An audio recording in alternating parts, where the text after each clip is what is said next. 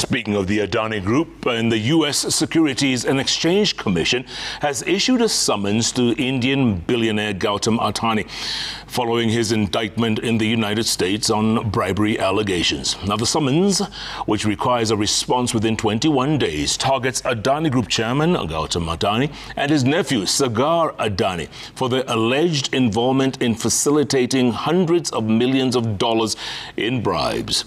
And even as the Indian conglomerate engages in what appears a gigantic legal battle, here in Kenya, civil society groups under the Okoa Uchumi umbrella are demanding for transparency over cancelled Adani Group deals. Take a listen.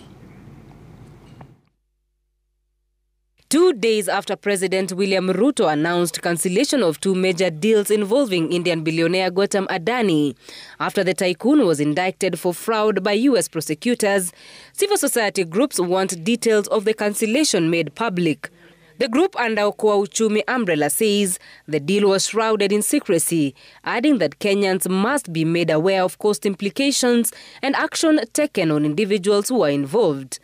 If they do not resign, we call on the president, like he did in June, July, to dismiss those who hold executive offices and powers.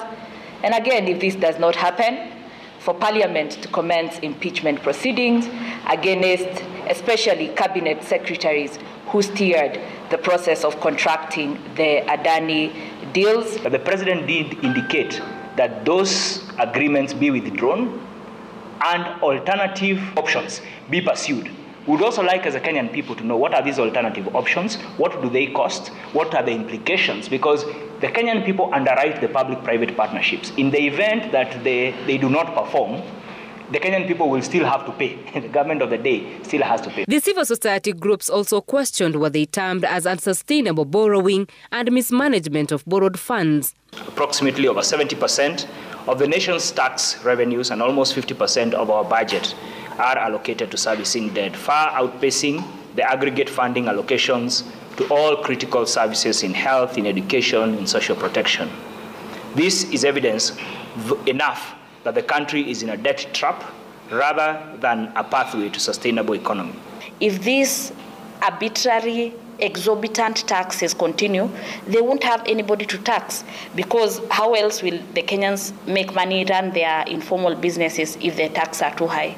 The Okoa Uchumi group have also called on the government to tackle what they termed as budgeted corruption in government projects. Emily Chebet, Citizen TV, Nairobi.